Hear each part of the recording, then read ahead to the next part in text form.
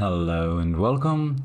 We have Europe news today. They seem to be pulling in different directions, most of which are negative if you subscribe to my school of thought that mainly focuses on populism and freedom of speech as the positive forces in politics. Of course, if you believe more in safetyism, and acceding to the government's wishes, then you might have the opposite conclusion. This might be good news for you. So, Facebook, X, YouTube, and more vow to do more to fight online hate speech, according to the EU's definition of the term. So, Meta, Facebook, Elon Musk's X, Google, YouTube, and other tech companies have agreed to do more to tackle online hate speech under an updated code of conduct that will now be integrated into EU tech rules, the European Commission said on Monday.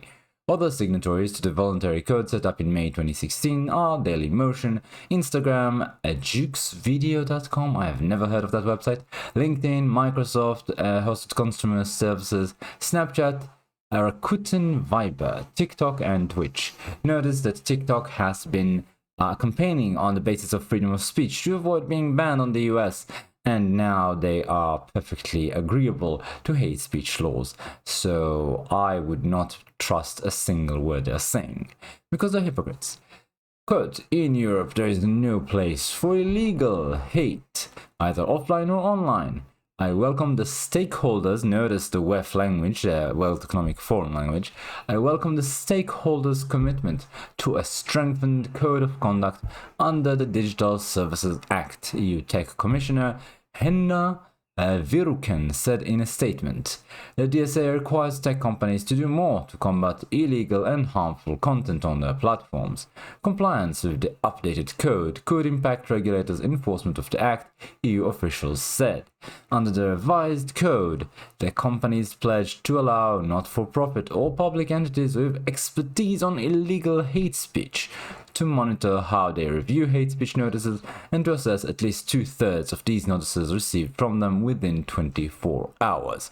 So basically you have these so-called non-profit and expert organizations that are funded usually by people like Bill Gates and George Soros, and these will be auditing social media in order to ensure that you do not put out any ideas to the public to hear that are uncomfortable for the politicians. That it might include saying bad things about said politicians or rich people who fund them, or supporting policies that are against the interests of said people. For example, we currently have in Germany a fight over immigration. This is from 20 hours ago as of the making of this video. Far-right vote on asylum rocks German parliament. Essentially, Germany's parliament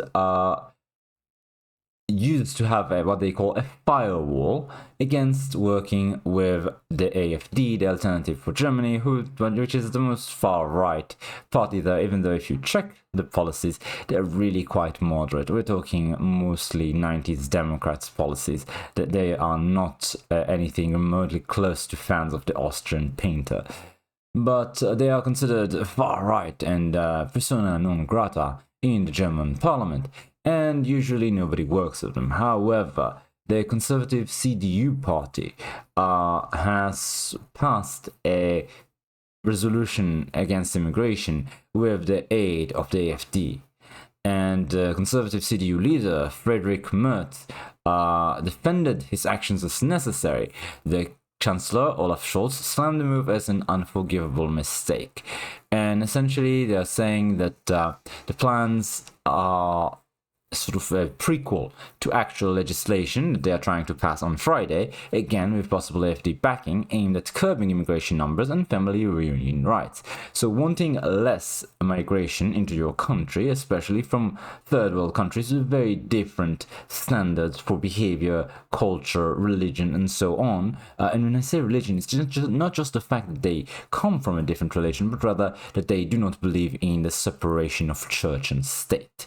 If you check, every single, and there are quite a few, Muslim majority country, does not separate church from state. In fact, the church is the state, and the Sharia law is the law of the land there.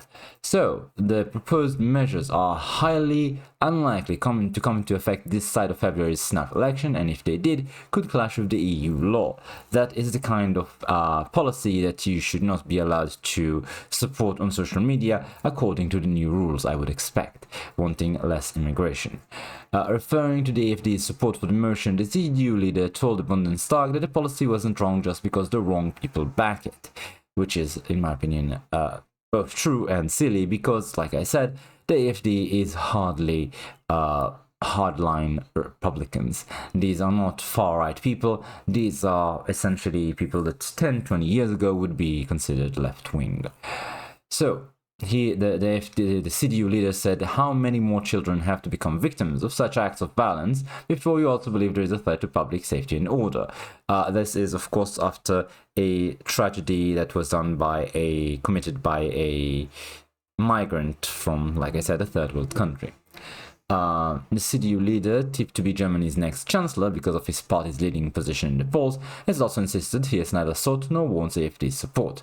Thinking about how the AfD fraction will cheer and their happy faces makes me feel uncomfortable, he told lawmakers. So he is not at all aligning with them, he has simply accepted the necessity of working together with them to pass certain mutually agreed upon motions about immigration. He still condemns them very, very strongly.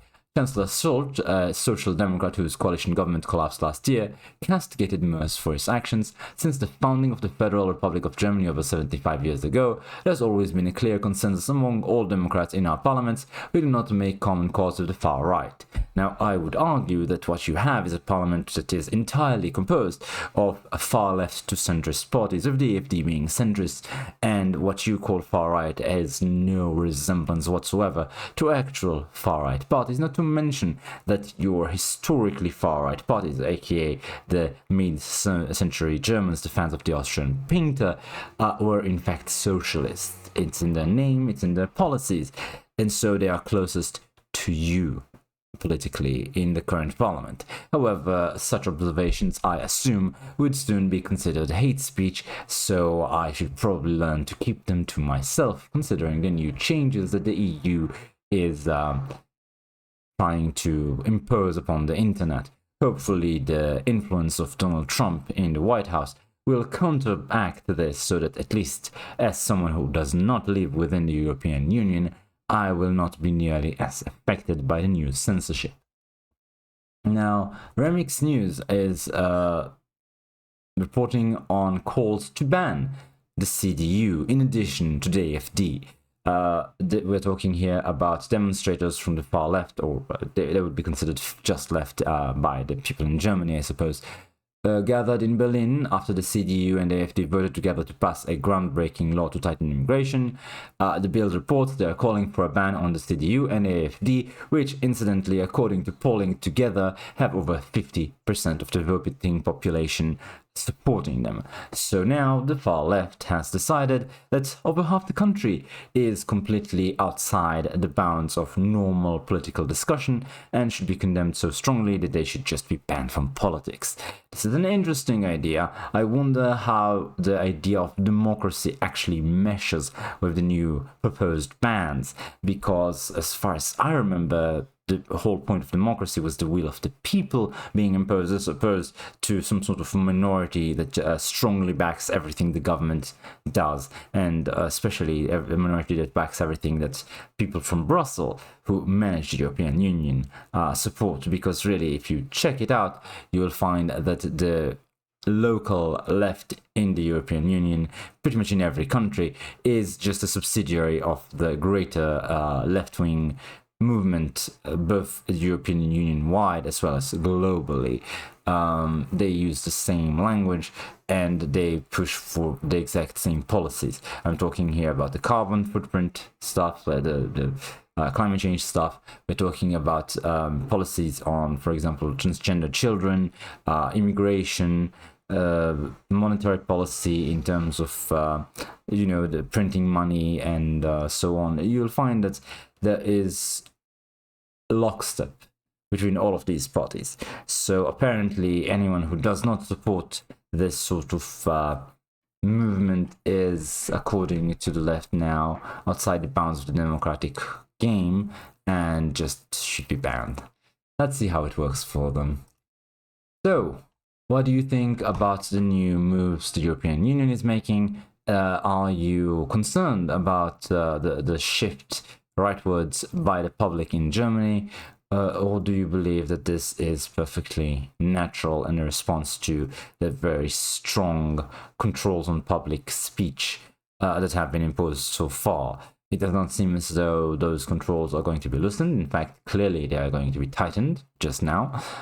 But we'll see how much that actually works, considering Donald Trump promised to edit Section 230 of the Communications Act, which is basically what the social media platforms worldwide are built upon, in order to align the word of the law with the spirit of the law, which means the word of the law is that, well, you get immunity from being legally sued for what is said on your platform, because essentially this is just a public square for other people to speak, so you are not responsible. However, what they're doing is editorializing and deciding what is and is not allowed to be said in their platform, effectively acting more like a newspaper than a town square. So what Trump said is he wants to pass a new legislation to amend the old one in order to make it so that if you do editorialize, then you will be held liable, which will make it practically impossible